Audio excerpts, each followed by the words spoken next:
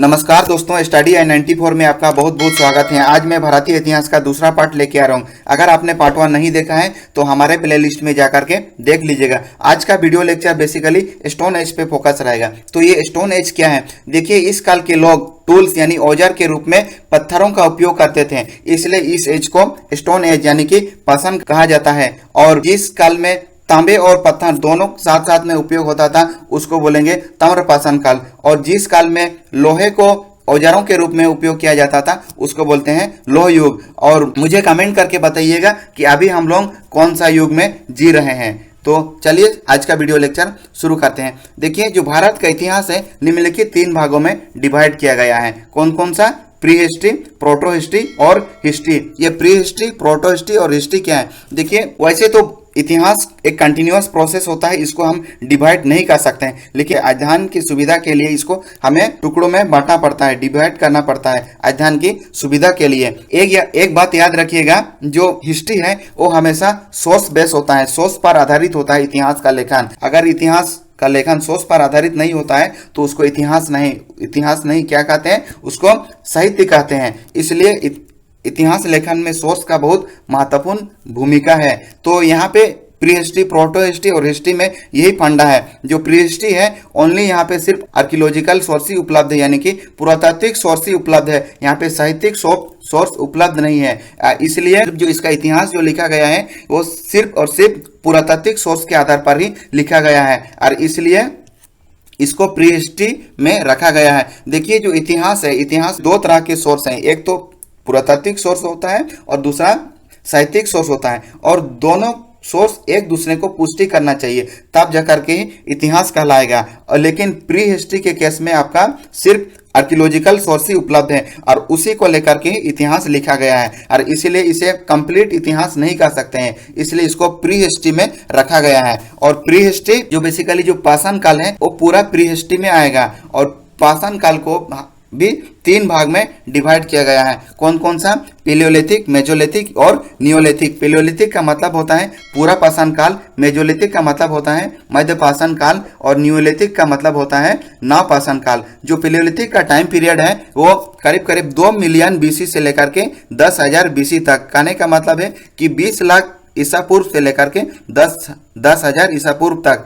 और जो मेजोलिथिक का टाइम पीरियड है वो 10,000 ईसा पूर्व से लेकर के 8,000 ईसा पूर्व तक। और जो नवपाषाण का टाइम पीरियड है वो है 8,000 ईसा पूर्व से लेकर के 4,000 ईसा पूर्व तक। आई होप ये आपको समझ में आ गया होगा। अब ये प्रोटो हिस्ट्री क्या है? प्रोटो हिस्ट्री में दोनों आर्कियोलॉजिकल सोर्स और लिटरेरी सोर्स दोनों प्राप्त है, लेकिन जो लिटरेरी सोर्स यानी कि साहित्यिक सोर्स है उसको अभी तक पढ़ा नहीं जा सका है, अभी तक उसको डिकोड नहीं कर पाया है। इसलिए इसका इतिहास भी ये पुरातात्विक सोर्स के आधार पर ही लिखा गया है, और इसलिए इसको हिस्ट्री में नहीं रखा गया है। और ये प्रोटो हिस्ट्री में कौन कौन सा आएगा? जैसे हड़प्पा सभ्यता, जिसको हम लोग इंडस वैली सिविलाइजेशन के नाम से भी जानते हैं, ये प्रोटो हिस्ट्री में। आप जानते होंगे कि इंडस वैली सिविलाइजेशन में दोनों तरह के सोर्सेस उपलब्ध हैं, आर्कियोलॉजिकल सोर्स भी और लिटरेरी सोर्स भी। लेकिन जो लिटरेरी सोर्स है अभी तक पढ़ा नहीं गया है, हड़प्पा सभ्यता की लिपि को अभी तक पढ़ा नहीं गया है, इसलिए इसको भी हिस्ट्री में नहीं रखा गया है, इसको प्रोटो हिस्ट्री में रखा गया है, यानी कि आद्य इतिहास में रखा गया है। और इतिहास क्या है? जिसमें आर्कियोलॉजिकल सोर्स और लिटरेरी सोर्स यानी कि पुरातात्विक सोर्स और साहित्यिक सोर्स दोनों उपलब्ध हैं और दोनों के आधार पर लिखा गया है, इसलिए इस हिस्ट्री का स्थान देते हैं। जैसे वैदिक पीरियड हो गया, जैनिज्म हो गया, बुद्धिज्म हो गया, और उसके बाद वाला पीरियड ये हिस्ट्री में आएगा। तो आई होप ये आपको समझ में आ गया होगा पूरा। तो चलिए आगे देखते हैं। देखिए, यहाँ जो पूरा पाषाण काल है, पूरा पाषाण काल को भी 3 भागों में डिवाइड किया गया है। कौन कौन सा? लोअर पेलियोलिथिक, मिडिल पेलियोलिथिक और अपर पेलियोलिथिक। लोअर पेलियोलिथिक का टाइम पीरियड है 1 लाख बीसी तक। मिडिल पेलियोलिथिक का टाइम पीरियड है 1 लाख बीसी से लेकर के 40,000 बीसी तक। और अपर पेलियोलिथिक का टाइम पीरियड है 40,000 बीसी से लेकर के 10,000 बीसी तक। यहाँ आप जो बीसी देख रहे हैं, बीसी का मतलब होता है बिफोर क्राइस्ट, यानी कि ईसा मसीह के जन्म से पहले। अगर हम बात कर रहे हैं 10,000 बीसी तो इसका मतलब है कि आज से 12,000 साल पहले, क्योंकि ईसा मसीह के जन्म के बाद अभी 2,000 साल हो चुका है और उसके पहले 10,000, तो दोनों मिलकर के कितना हो जाएगा? दोनों मिलकर के 12,000 साल। तो अगर हम कहेंगे कि 10,000 बीसी तो इसका मतलब है कि आज से 12,000 साल पहले। तो आई होप ये भी आपको समझ में आ गया होगा। तो चलिए देखते हैं ओल्ड स्टोन एज। तो ओल्ड स्टोन एज में कौन कौन सा साइट्स आता है, कौन कौन सा क्षेत्र में ओल्ड स्टोन एज का एविडेंस पाया गया है। बोरी यहाँ पे महाराष्ट्र में स्थित है और सबसे पहले earliest evidence of old stone age का सच यहीं पे मिला है और ये कहाँ पे है, महाराष्ट्र में है। और दूसरा साइड है सोन वैली, और ये सोन वैली कहाँ है, पाकिस्तान में है। और अगला है छोटनागपुर का पठार। छोटनागपुर का पठार ये झारखंड में पड़ता है। और बेलन वैली कहाँ है, बेलन वैली यूपी में यानी कि उत्तर प्रदेश में है। भीमबेटका मध्य प्रदेश में है और डिडवाना राजस्थान में है। दोस्तों ये जो भीमबेटका है ये बहुत इंपॉर्टेंट है, भीमबेटका को याद रखिएगा, कोई भी एग्जाम में पूछ सकता है। और ये जो राइट साइड में आप ये पेंटिंग देख रहे हैं, ये चित्र देख रहे हैं, ये भीमबेटका के रॉक आर्ट पेंटिंग है। यहाँ एक पत्थरों पे एक पेंटिंग किया गया है। और मैं बताना चाहूंगा ये जो भीमबेटका का रॉक आर्ट पेंटिंग है इसको 2003 में यूनेस्को के द्वारा वर्ल्ड हेरिटेज साइट की सूची में इसको रखा गया है। कब रखा गया है, ये कब से है, 2003 से है। इसे भी याद रखिएगा, ये साइट आप जरूर याद रखिएगा। और मैं बताना चाहूंगा पेलियोलिथिक एज है यानी कि ओल्ड स्टोन एज है, इसमें जो है लोग घुमंतु जीवन जीते थे। इनका लाइफ हंटिंग और गैदरिंग पर आधारित था और ये नोमैड लाइफ जीते थे। चलिए आगे देखते हैं। आगे है मेजोलिथिक एज यानी कि मिडिल स्टोन एज, मध्य पाषाण काल। मध्य पाषाण काल का साइट देख लेते हैं। पहला साइट है बगौर, ये राजस्थान में, और ये मेजोलिथिक साइट का सबसे बड़ा साइट है और ये इसमें माइक्रोलिथिक इंडस्ट्री का एविडेंस पाया गया है। और दूसरा है आदमगढ़। आदमगढ़ कहाँ है, मध्य प्रदेश में है। तीसरा है भीमबेटका। भीमबेटका आपको दोनों में मिलेगा, मध्य पाषाण काल में भी और पूरा पाषाण काल में भी। फिर ब्रह्मगिरी। ब्रह्मगिरी कहाँ है, ब्रह्मगिरी है आपका मैसूर में है। फिर सोजात। सोजात कहाँ है, राजस्थान में है। सराय नहार ये यूपी में है। ये साइट भी आप याद कर लीजिएगा, बहुत इंपॉर्टेंट है। चलिए आगे देखते हैं। मध्य पाषाण काल का कुछ फीचर्स के बारे में देखते हैं। जैसे कि हमने देखा कि पुरापाषाण काल में जो है लोग घुमंतु जीवन जीते थे, अखेट जीवन जीते थे, हंटिंग और गैदरिंग वाला जीवन जीते थे।